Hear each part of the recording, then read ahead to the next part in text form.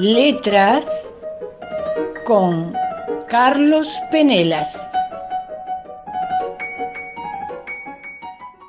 Muy bien, comenzamos formalmente el programa. No voy a repetir que estamos llegando a fin de año porque lo voy a decir tantas veces de acá hasta entonces, pero sí lo que quiero decir, hoy se me ocurrió, le planteé a Carlos Penelas, que con él vamos a comenzar el programa. Sí, por supuesto, usted sabe que él tiene el discurso de un enorme poeta, tal cual lo es. Luego, él ha hecho talleres, en fin, ha dado conferencias aquí y en el mundo. Vale la pena refrescar este comentario porque, como decía, a fuerza de tenerlo cada semana o cada vez que él viene, cada 2 semanas, uno se ha acostumbrado. Pero realmente lo digo con orgullo y tal vez un poco de pedantería de mi parte, porque él está al lado nuestro. Su fuste, su estatura son realmente notables. Y entonces se me ocurrió, lo llamé, le confieso, por teléfono, y le digo, Carlos, ¿sabes qué me gustaría? Que charlemos sobre la poesía. Parece fútil o en tal caso hasta transitado o caramba, después de tanto tiempo hablar de la poesía. Pues sí, tal vez porque a propósito de cada tanto, como he dicho, periódicamente, convocar a la poesía, convocar a las letras, uno, no sé si a usted le ocurre, da por sentado cosas o en tal caso se pierde en el universo de lo que está aconteciendo y entonces no va al meollo o no va al corazón, digo yo, no él, que siempre la palabra de él es profunda. Digo yo, entonces tal vez, bueno, está bien, ahora viene el momento de la poesía porque está Penela. Y de pronto, aunque suene, si usted quiere, hasta ridículo, le pido perdón si así le suena a usted, decir, pará, me digo a mí mismo, vayamos al comienzo de todo. Todo nació con, en el caso de la poesía, con, y no digo siquiera de referentes, digo con el propio espíritu. ¿Cómo decir? ¿Qué significa la poesía?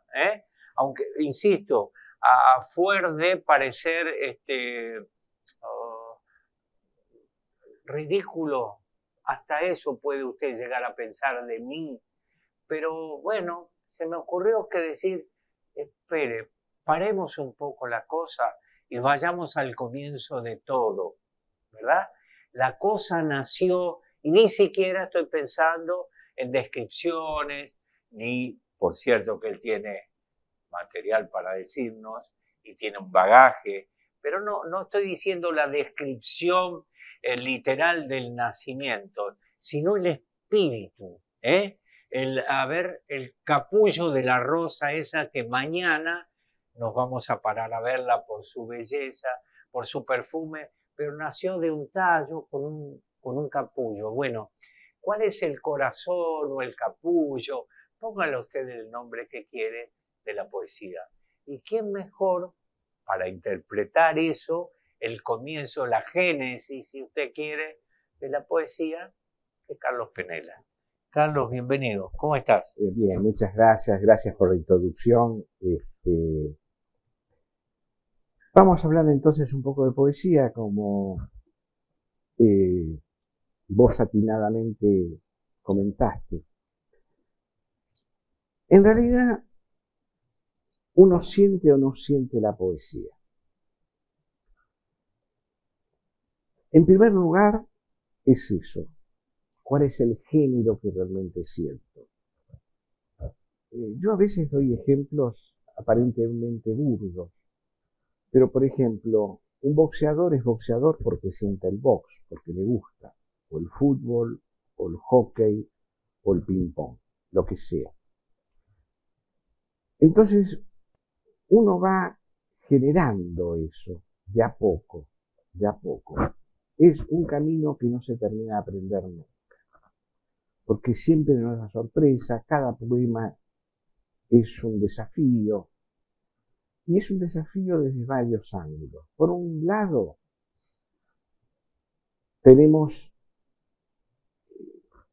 hablo de lo siguiente, y si alguien lo escuchó, que me perdone. Vengo a una casa de lectores, mi padre, mis hermanos, no solamente la literatura en general, la novela, el cuento, el teatro, la pintura, todo lo que tenía que ver con el arte, y lo poético. Yo comencé a leer poesía, por supuesto leí otras cosas, pero fundamentalmente poesía a partir de los 14 años, en serio. Empecé a analizar, empecé a ver a los escritores españoles, la gran poesía española, sobre todo del siglo XX. Y entonces iba viendo formas, iba analizando a esos poetas, cómo iban construyendo, por qué un poeta determinado tenía una forma de decir, un lenguaje que lo hacía de él, porque otro, contemporáneo, el lenguaje era totalmente distinto, la búsqueda era distinta, el fondo de eso, algunos estaba la muerte, en otros estaba el amor, en otros estaba el destino, algunos eran más individualistas, otros con poesía más social, pero todos tenían algo en común, la calidad, el estilo. Uno va diferenciando al poeta por el estilo, qué es lo que tiene que crear. Es eso que lo hace él, no otro. Volvemos a un ejemplo, a lo mejor, elemental. Eso lo vemos en el deporte. Lo vemos con un jugador, lo vemos en el box, lo vemos en un jugador de pelota paleta. Es decir, hay un estilo determinado, hay una marca determinada. Y eso también se da en la poesía. Se da en la poesía y se da en la literatura, por supuesto. Ahora, lo poético va teniendo un mundo sumamente intimista. Entonces, cuando yo comencé a escribir poesía, que era muy mala, por supuesto, de todo eso, pero iba buceando en eso. Claro, poco a poco me daba cuenta que estaba escribiendo a la forma de León Felipe o de Machado, por supuesto con niveles mucho más inferiores. Pero, es decir, cada autor que iba leyendo me iba influenciando en lo que yo iba escribiendo. Por aquellos años, ya un poco más grande, cerca de los 20, que ya estaba escribiendo fuerte poesía. A todo esto, creo que lo dijimos en alguna oportunidad, yo ya había escrito una obra de teatro, había escrito una novela, había escrito 20 cuentos, todo eso lo tiré, porque era todo muy malo. Soy muy autocrítico. Me consta. Y de los poemas, me acuerdo que conocí a Lucas Moreno, un hombre que me marcó muchísimo, mayor que yo. Él es el que me presentó a Luis Franco, Molinari, bueno, una cantidad de gente, Choquillo. Y Lucas me dice, en usted hay un poeta, pero tiene que trabajar. Todo esto que hizo no sirve. Tiene que estudiar, tiene que analizar lo poético. Y ahí entonces empecé a ver mucha crítica literaria sobre poesía, grandes autores, etc. No vamos a estar indagando en eso. Pero bueno, entonces ahí me di cuenta, y otra cosa más me dice, busque su voz. Busque su voz. Todo esto le sirve a usted de fondo, de aprendizaje. Pero usted tiene que tener una voz, si no, no es poeta. Y eso poco a poco lo fui trabajando, lo fui elaborando. Había escrito cerca de 60 poemas. Y entonces dije, ¿esto vale o no vale? Me quedé con 7. El resto lo tiré. Y dije, vamos a sacar un libro con ilustraciones. En ese momento era muy amigo de Carlos Carmona, en ese momento él hacía xilografía, etc. Hicimos una carpeta con 7 poemas y 4 grabados. Poemas del amor sin muros. Y a partir de ahí empecé a llevarlo. El primero en contestarme fue Raúl González Tuñón, bueno, y después siguió. Perdón, Sí. te quiero interrumpir. No, por favor, es atrás. una conversación. Sí. Perfecto, gracias. Vos decías que es una construcción sin fin, si entiendo bien. Siempre se sigue indagando, creciendo o no. Y la otra cosa que quiero preguntar, porque se suele decir que vos y yo no escribo, pero usémosme de ejemplo, somos testimonio de nuestra época. Exacto. Pero al estar de tu discurso, de pronto tu poesía es muy distinta a la mía. ¿Cómo juega ahí el testimonio de la época? Esa aparente diversidad tan notable, tan marcada. No sé si compartís el juicio. No, claro, como no lo voy a compartir. El tema es lo siguiente, uno empieza a buscar su voz y ahí marca la diferencia. ¿Cómo lo va marcando? Porque el otro tema es el siguiente, que eso también me lo dijo Lucas hace 2 siglos. No se repita nunca. Y entonces ahí uno tiene otra lucha más. Escribir con un estilo, con una voz, pero sin repetirse. Tratando muchas veces el mismo tema, pero de otra manera, desde otra mirada. Eso lo vi mucho en la historia del arte y en los pintores. Es decir, cómo van trabajando sobre ciertos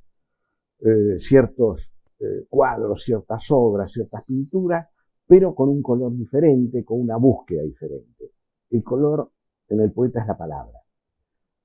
Ahora bien, yo esto lo dije muchas veces en conferencias y en clases que he dado aquí en España. Bueno. Mucha gente escribe, pero no tiene base. Primero, no sé hasta dónde es poeta. Segundo, hasta dónde tiene capacidad para escribir. Tercero, si es consciente de lo que tiene que hacer o no. Todo eso lo he tratado de hacer y trabajar. He escuchado a mis mayores, los he visitado, he analizado sus obras, pero de pronto, después de analizar sus obras y mi lectura, muchas veces me encontraba con ellos. Pongo ejemplos, perdóname, Ricardo Molinari, Chocchini, bueno, y Edgar Valley, una cantidad de poetas, de distintas características, surrealistas, sociales, Luis Frank, lo que fuera. Y entonces de pronto le preguntaba, ¿y cómo llegó a esto? ¿Cómo hizo este poema? Y a veces me decía, fue naciendo así. Ahí es otra pauta. El poema de pronto nace.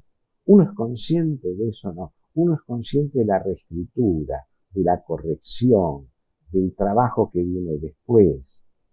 Pero es consciente de eso. Por ejemplo, un poema de amor. Ese poema de amor está en la amada, en esa mujer que nosotros tenemos frente, o en la otra cuadra. Sí y no. A lo mejor es el motivo por el cual empezamos a escribir sobre esa mujer. Pero esa mujer tampoco es ella. Es lo que nosotros idealizamos, creemos o vamos formando. El tema de la muerte, tema fundamental en la poesía también, se da siempre sí y no. En mi madurez comenzó a aparecer, no en mi juventud. No existía la muerte en mi juventud. Uno es inmortal siendo joven. Siempre. Lo es todavía ahora. Claro. Entonces, hay temas que van apareciendo con los años, con la edad. Pero, sobre todo, yo siempre insistía, primero si siente poeta. ¿Se siente poeta o no se siente poeta? Eran cosas que decía Luis Franco, por ejemplo. ¿Usted se siente narrador? Escriba un cuento. ¿Se siente cuentista o se siente novelista? ¿No? Y ahí empecé a ver, porque además conocí mucha gente de gran nivel, en teatro, en cine, y todos ellos iban formando, y ahí me iba dando cuenta, porque uno iba tomando de ellos también. No es que se tome solamente la poesía. Cada uno de ellos iba aportando algo. Y entonces uno decía, qué interesante es esto. Desde aquel que decía, usted no leyó a fulano de tal, Cavito, por ejemplo, no leyó a Novalis, es imposible que un poeta no haya leído a Novalis, ¿no? Y otro venía y decía, no conoció a Tralc, pero ¿cómo no conoció? Y Eliot, no, Eliot tiene que leerlo. Entonces, ¿qué es el alimento en tal caso? Claro, es el alimento, es lo que uno va formando con eso, se va formando con otros autores. ¿Eso significa que después a nosotros nos pueda interesar o no? No, pero hay un conocimiento, hay una base determinada. Por ejemplo, nunca me interesó, para mí, la poesía surrealista. Me interesaron poetas surrealistas, que es otra cosa. He admirado poetas surrealistas, que es otra cosa. Pero yo no me siento surrealista. Entonces, eso es lo que uno también tiene que ver, ¿no? Lo cual no significa que de pronto, a veces, tengamos del surrealismo una imagen determinada y podemos incorporarla en un poema, pero no como una línea general, sino como un verso, como una línea, como un concepto, como una pasar idea. Por ahí. Exacto, porque vino así. Porque además hay otra cosa. ¿Cómo viene el poema? Uno nunca sabe. De pronto estoy viendo una película, veo una escena determinada y comienzo a imaginar algo. Y eso me queda. Y en algún momento lo vuelvo en el papel, o no. Modificado. Pero esa idea de pronto. Por ejemplo, esa mujer que nos despide desde un tren o desde un balcón. ¿Existió? A veces sí, otras veces no. Pero qué lindo que nos despidan desde un tren. Un tren es un viaje, siempre es un viaje, ¿no? Y entonces vamos configurando eso, pero además nos vamos configurando con diversas lecturas, con diversos estudios, con estudios gramaticales, es decir, vamos generando en el poema un mundo, un universo, que ese universo es nuestro, es único, malo o bueno, pero es único. Y eso es lo mismo que pasa, y perdóname una vez más, ¿por qué un jugador es defensor, otro arquero y otro es goleador? Lo siente así, es así. Fulano de tal es excelente. En tal caso, tomo de tu discurso, el desafío es tener la voz propia. Sin eso no se empieza. No traicionarte a sí mismo, no traicionarse Exacto. a sí mismo. Luego te tiro, pero creo que está de suyo, que en realidad los temas de los hombres son siempre los mismos, los siempre, importantes. Siempre. ¿Es verdad o no? Claro. Cambiar las modas, cambiar lo ligero, pero los temas centrales, desde que llegamos y hasta que nos vayamos algún día, en nuestro caso, dentro de 50 años, te aviso desde ya. 45. En mi caso, 45. No, yo te voy a suceder. Bueno, le agradezco mucho. Escucha. Claro, entonces es tener la voz propia. Y esto también para mí siempre es ¿cómo decir? Un axioma, no, una sentencia personal, ¿no? Que lo pienso en el actor, lo llevo ahora al teatro. Yo al actor que admiro, no quiero reconocerlo, a ver si me explico. Vos, te pongo por un instante en el teatro, entonces Carlos Penella hizo este drama tal. El mes que viene haces una comedia. Y yo no quiero ver a Carlos Penella siendo Carlos Penella. Exacto. La máscara tiene que ser otro. Exacto. Y eso te define como actor. Exacto. En tal caso es lo que vos estás diciendo con la voz. Sí, esta es la voz de Penella, por supuesto. Esto me sabe a Penella. Este es Ángel Vargas. Cante lo que... Pero el tema es, este tema lo dice de un modo y este tema lo dice del otro, ¿verdad? Porque lo que vos estás diciendo, el espíritu inicial, el que te guía, en tal caso, es lo central. Lo demás es aleatorio, diría yo, vos corregime si no te gusta el término, o sería el oficio, podés caer incluso, y estoy pensando en determinado compositor, vos sabés que yo he visto la música, que no lo voy a nombrar por elegancia, y yo decía mimeógrafo, vos y yo sabemos lo que es un mimeógrafo, o lo que era. Y lo que Entonces, es un stencil. Y lo que es un stencil. Sí, lamentablemente yo voy a la teletipo. También. Bueno, entonces, mete ahí el mimeógrafo, dice, ¿este poema para qué? Para Carlos. Ah, sí. Carlos, que tiene el pelo así, que se trajo la remera, no sé cuánto. Dice, ¿y ahora quién viene? Nolo. Nolo, que tiene la remera. Eso le llamo compositores de mimeógrafo. Claro, perdón que te interrumpa. Por favor, acá no. hay otra cosa que también es importante. El oficio es importante para esto. Claro. Ahora, cuando el oficio comienza a ganarle, claro, ahí se perdió el poeta. Claro. Se perdió el novelista, se perdió el cuentista. Claro. Cuando vos tenés, para poner un caso, hay muchos. Juan L. Ortiz, por ejemplo. Juan L. Ortiz tiene una temática.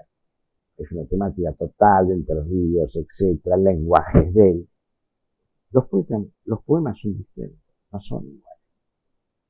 Uno encuentra y dice, este poema es de Juan L. Esto es Juan L. ¿Se reitera? No. Se reitera en diminutivos, etcétera. Eso es lo que hace la esencialidad, diga, una parte de lo que es. Eso lo tenemos en Borges, lo tenemos en infinidad, en Franco, lo tenemos en muchos poetas. Entonces, el oficio, el otro problema es cuando nosotros, por oficio, puedo hacer cualquier cosa. Puedo redactar una carta, y de ahí uno también lo ve en los periodistas. Hay periodistas realmente con talento, donde hay un estilo periodístico importante, y hay otros que se repiten permanentemente. También están, que no vale la pena detenernos en eso, cierta gente que busca notoriedad, ¿no? A como dé lugar. Claro, entonces si tengo que escribir un ejemplo de vasos, escribo sobre vasos. Pero si el tema de pronto es importante sobre la mesa, empiezo a escribir sobre la mesa. Puedo escribir sobre los vasos, sobre las copas, sobre el mantel, sobre los lentes. Y en todo lo que escribe, con premios y un montón de cosas, porque el otro tema es el siguiente. Un poema como el de Jorge Manrique, a la muerte de su padre, es inmenso. Se escribió hace 500 años y sigue igual. Y es conmovedor igual, hay que saber leerlo. Y ahí entonces tenemos autores y empezamos a ver niveles de autores. Porque hay gente que además confunde niveles de autores. Entonces, me gusta este muchacho que escribe a la vuelta de casa, y también me gusta Eliot, ¿no? Y entonces uno tiene que empezar a darse cuenta que son diferentes, que uno es de un ámbito barrial, bueno, el ámbito barrial, pero el otro tiene un espíritu universal. ¿Sobre qué empezamos a trabajar? Y tenemos que darnos cuenta en algún momento de nuestra vida que lo que vamos creando tiene que tener un criterio universal. ¿Cómo nos da el criterio universal? Por ejemplo, yo vengo de un hogar gallego, un hogar español. En casa se hablaba el gallego. Yo de chico escuchaba esa lengua. ¿Y cómo no voy a tener eso en mi poesía? No que escriba en gallego, sino que esa gallega. ¿Y cómo se da la inmigración? Por ejemplo, ¿pero es la inmigración gallega? No, es la española. ¿Es la española? Es la italiana. Es la polaca, es la checa, es la irlandesa. Es decir, darle un juego determinado a un tópico determinado e intentar darle un valor más universal, porque si no nos interesa únicamente a los hijos de español, claro, o a los hijos de gallego. Ahí nos transformamos en un buen poeta de barrio. Claro.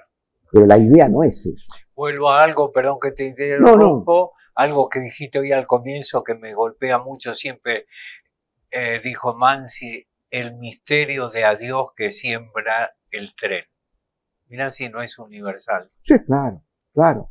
Entonces, Por eso hay obras universales y hay obras que no son universales. ¿Es fácil eso? Y eso no es fácil. Por lo menos intento ser un buen poeta. Intento ser un buen poeta. Y entonces tenemos distintas temáticas, pero cuando uno viene de una familia determinada, puede ser esa, puede ser polaca, no importa eso. Puede ser una familia de trabajadores rurales o metalúrgicos o lo que fuera. Eso en algún punto tiene que estar en la obra, porque es lo que me nutre a mí también. Es la esencia. Porque yo parto de ahí. Entonces, cuando parto de ahí, ¿de qué parto? Y parto de una... Uno ha vivido en la Argentina convulsiones políticas muy serias, dictaduras, demagogos infames que hemos tenido. Entonces, eso en algún punto, en mi casa que se hablaba, está en el poema. Los nombro, no, pero está un hálito, porque si no sería muy torpe de mi parte. Entonces ahí viene la otra cosa. ¿Para quién escribo? Intento escribir para el lector que sabe leer. El que no sabe leer no me interesa. Y el que no me lee tampoco me interesa. Lo social, vuelvo a interrumpirte porque estamos hablando, porque vos me lo admitís. Por favor. El que escribe sobre social está en el delicado equilibrio de no ser panfletario. Exacto. ¿Estamos de acuerdo? Sí, sí, claro. Por eso hay poetas importantes, pero que de pronto la poesía más importante por ahí es la lírica, o lo que más se recuerda. Porque muchos de los... Y el otro se puede recordar, sí, como testimonio. Testimonio de época, no de poesía. Entonces, uno ahí va viendo un testimonio de época o va viendo un testimonio poético, ¿no? Eso se ha dado en muchos de los poetas que de pronto han tenido o han querido... yo me formé con la generación del 70 en la Argentina. Muchos de ellos, incluso yo también, por supuesto, en aquel momento escribíamos poemas muy sociales, muy fuertes. Mi primer libro lo veo a Haroldo Conti. Después fui muy amigo de Haroldo Conti. Le alcanzo al libro, él me dice, véngame a ver. Lo veo, 7 poemas tenía.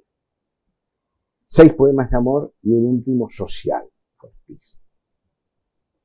Y me dice, Carlos, acá hay 6 poemas. Sos un poeta lírico, olvídate de lo otro. No lo entendí. Haroldo Conti me está diciendo esto. Sí. Después lo vi. ¿No? Pero no importa, el libro vale, es un primer libro. Tiene sus aciertos. Hoy no creo mucho en él, pero quiero decir, tiene sus aciertos. Por ese libro me abrió muchas puertas. Algo debía tener. Entonces, esa es la otra cosa también. ¿Cómo se va descubriendo uno? A veces uno piensa que tienes que ser goleador. Yo pensaba eso. Después me di cuenta que jugué de 8. Pensé derecho. Ese era mi puesto. Ahí lo encontré. Con la poesía pasa lo mismo. ¿Dónde encontrás tu voz? Un universo determinado y además una temática determinada que vas elaborando. Bien, le dije hoy al comienzo, ¿no? Que desde su estatura la abandona por muchos momentos, baja a nuestro nivel y se lo puede entender. Menuda tarea, porque suele haber escritores, filósofos, actores, que en su pretensión de supuestos descubridores se hacen irreconocibles, se hacen insoportables. Perdóneme. El maestro lo dijo, insoportable. Bueno, Carlos, por hoy nos despedimos. Te voy a pedir, ¿vas a leer vos esta poesía o la voy a leer yo? No, lee la voz. Porque yo la leo bien. Vos la lees mejor que yo. Qué lindo.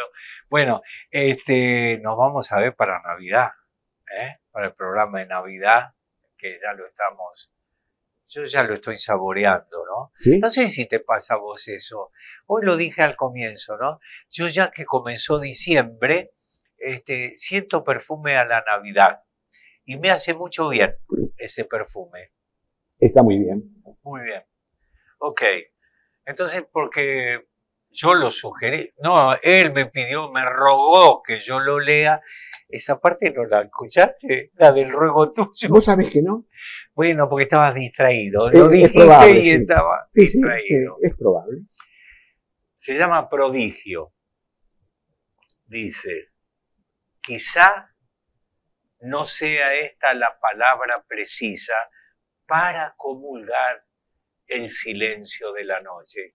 Tal vez sea un símbolo de la inmensidad ante la cercanía del latido trémulo. Unánime es la imagen que regresa como un descanso del camino o como la belleza de aquella mujer al recordar su mirada en ausencia. Prodigio, de Carlos Penela. Gracias, Carlos. No, gracias a vos. Hasta la próxima. Gracias a vos. Nos vemos para Navidad. ¿Cómo no? Y si querés traer algún regalo que hayas dejado en tu arbolito para mí, no dudes en hacerlo, ¿eh? No, el Digo, año por ahí de pasado... tímido no vas. No Sí. vas a traerme nada. No, te puedo mandar algo por correo. Ah, sí. Muchas gracias. De nada. ¿No hay algo más tangible? Gracias, Carlos. No, gracias a Nos vos. vamos.